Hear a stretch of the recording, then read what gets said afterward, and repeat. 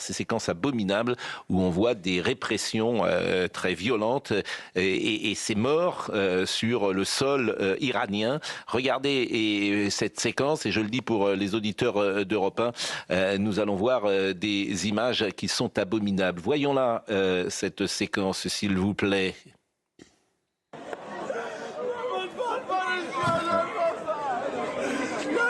Europe 1. Improvisé à Téhéran, et on voit ces manifestants qui entourent des jeunes gens qui étaient là et qui ont subi la mort et les répressions. Et ils sont dans des, j'ai envie de dire, dans des bâches en plastique. Je pense que vous avez vu ces images hier soir. On va être avec Pierre Lelouch qui va nous décrypter tout cela. Mais écoutons Donald Trump qui imagine une intervention des États-Unis. Il semble que certaines personnes ont été tuées et n'auraient pas dû l'être. Ce sont des dirigeants violents, si on peut les appeler des dirigeants. Je ne sais pas s'ils sont des dirigeants. Ils gouvernent par la violence. Nous examinons la question très sérieusement. L'armée examine la question. Et nous étudions des options très fortes. Nous allons prendre une décision. L'Iran veut négocier, oui. Nous pourrions les rencontrer. Une rencontre est en cours de préparation.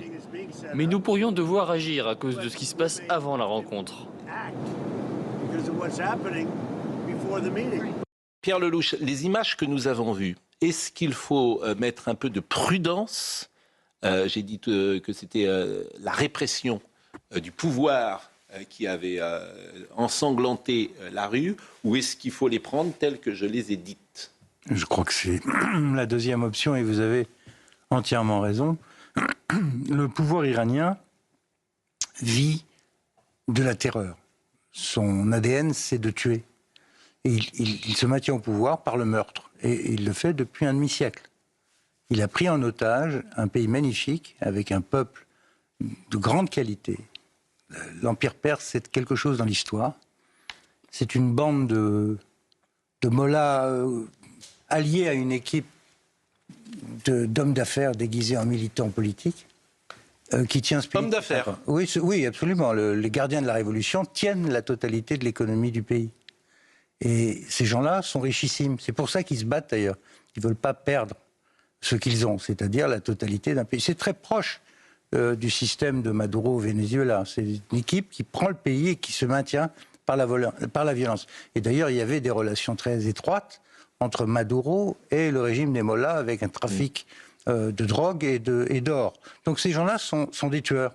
Ils ont tué 120 000 de leurs propres citoyens depuis le début. L'année dernière, en 2025, 1500 exécutions.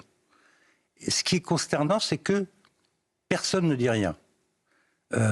Pour Gaza, vous avez eu des manifestations à travers le monde de centaines de milliers de personnes. Ce régime tue et tout le monde se tait. Parce que depuis le début, et surtout dans l'intelligentsia française, on a pris Khomeini comme le modèle de la révolution anti-impérialiste. Le Shah d'Iran, c'était les États-Unis, donc le Mollah, le Khomeini, est le combattant de la révolution. Et les Jean-Paul Sartre, les Michel Foucault, voyaient dans Khomeini un saint anti-impérialiste. Et aujourd'hui, ajouter le fait que tout le monde est tétanisé à l'idée d'être traité d'anti-islamique, donc on ne touche pas à la révolution islamique, laquelle est pourtant l'une des sources principales du terrorisme dont nous avons subi, parce que c'est une vieille histoire. On écoutera justement la chronique de Laurent Tessier tout à l'heure, qui soulignait le peu de voix qui s'élèvent et qui citait notamment notre ami Arthur. On a entendu Donald Trump. Je voudrais qu'on écoute Reza Pahlavi, qui est le fils du Shah et qui est proposé, en tout cas, on imagine qu'il puisse être le successeur au régime des mollahs. Écoutons-le. Les agents des institutions de l'État, comme les membres des forces armées et de sécurité, sont face à un choix clair: se ranger du côté du peuple et devenir les alliés de la nation, ou se rendre complices des assassins du peuple et porter à jamais la honte et la condamnation de la nation. Il y avait une manifestation hier dans Paris. Elle a réuni, Thomas Bonnet, plusieurs centaines, plusieurs milliers de personnes. Plusieurs milliers de personnes, visiblement. On n'a pas, j'ai pas le chiffre précis pour tout vous dire, mais il y avait quand même un certain nombre de personnalités qui avaient répondu à cet appel. Écoutons quelques voix qui se sont élevées. Écoutez, on demande un soutien officiel au niveau européen. Il est complètement impensable de continuer à maintenir les ambassades de la République islamique qui sont des QG d'espionnage sur le sol européen. Donc on demande une fermeture absolue de ces ambassades et de cesser de donner des visas aux diplomates terroristes. Je suis franco-iranien.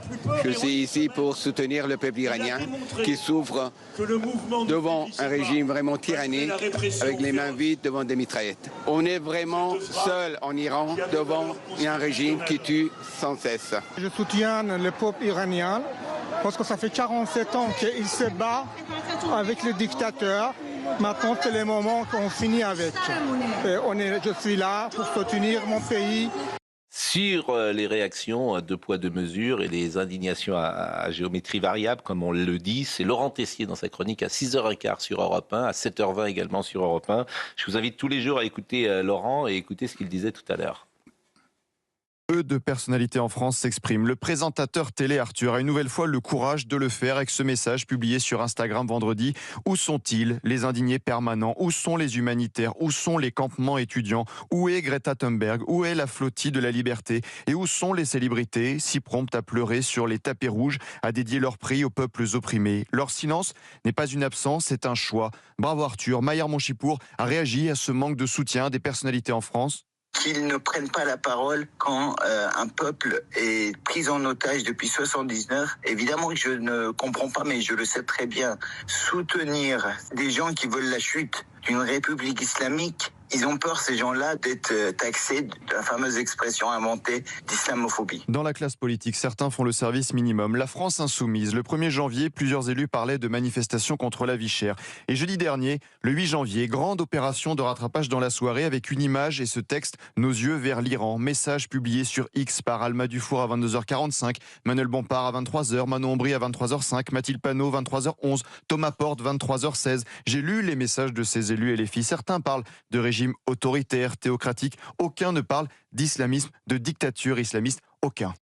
Et bravo une nouvelle fois à Laurent. Oui, elle était excellente. Qui a égrené les horaires de toutes. Et il y a cette formule, ce n'est pas une absence, c'est un choix qui, je trouve, résume tout. Je l'avais déjà entendu ce matin. Mais non, mais ce qu'il dit en quelque sorte, c'est que la révolution islamique de 79 a scellé la naissance de l'islamo-gauchisme. Ça n'est pas né à un autre moment, c'est né réellement là-dessus. Je crois que Pierre qui a parlé de Sartre et de Foucault, mais c'est pas seulement ça, c'est que c'est devenu la référence, c'est devenu... Ils ont fait un travail pas seulement de terrorisme, de propagande extraordinaire dans les universités, dans les milieux journalistiques. Donc, je pense que ce qui se passe maintenant, c'est peut-être, alors si on voit la fin de ce cycle, c'est aussi la déconfiture de l'islamo-gauchisme. Bon, est-ce qu'il peut tomber ce régime, Pierre Lelouch? Vincent Hervouette, qui n'est pas là d'ailleurs et que je salue, il y a 2 ans, lorsque les premiers mouvements sont arrivés, il m'a dit « Ne vous y trompez pas, c'est un des régimes les plus rudes du monde ». Et ils ne laisseront pas, et ils ne quitteront pas le pouvoir comme cela, et ils n'imaginaient pas que ça puisse arriver assez vite. Est-ce qu'aujourd'hui, avec les États-Unis, avec la révolte dans la rue, est-ce que vous pensez que ce régime peut tomber demain ou après-demain? Alors, il y a un vrai signe d'espoir, qui est que pour la première fois, les classes populaires et le monde des affaires, ce qu'on appelle là-bas le bazar. Le bazar, ce sont les commerçants. C'est eux qui tiennent tout le commerce du pays. Le bazar, qui était plutôt de tradition conservatrice et pro-clergé, en 79, ils avaient basculé du côté de Khomeini et ça avait accéléré la chute du Shah. La chute du Shah a quand même pris 4 mois. Pour la première fois, le bazar est du côté de la rue. Et dans la rue, il n'y a plus seulement des étudiants ou des femmes, il y a des couches populaires parce qu'ils n'arrivent plus à se nourrir. La monnaie s'est complètement effondrée, l'économie est par terre. L'embargo sur le pétrole, il va fonctionner, il fonctionne. Donc ils sont, pour la première fois, vous avez une. Donc vous pensez que c'est possible? C'est possible que ça peut tomber. À une seule condition, que quelqu'un organise un contre-pouvoir. On n'en est pas encore là. Richard Millet. Je voudrais apporter 2 choses à ce que vous avez dit. Votre analyse, je la partage à 100%, celle d'Elisabeth aussi. Néanmoins, il y a quand même eu le cinéma iranien dans des conditions extraordinairement courageuses, parce que la plupart des acteurs et des réalisateurs sont obligés de s'exiler, montrent a montré ce que c'était que l'horreur de ce régime. Et ça, c'est une chose considérable. Et leurs films ont été couronnés à Cannes et aux Oscars. Ça, c'est très important. On ne peut pas dire donc que la classe intellectuelle, peut-être en France, mais ailleurs, n'a pas réagi. Deuxièmement, il faut quand même saluer ce qu'a fait Israël, il y a quelques mois, de porter un coup colossal à ce régime, en bombardant les centrales nucléaires.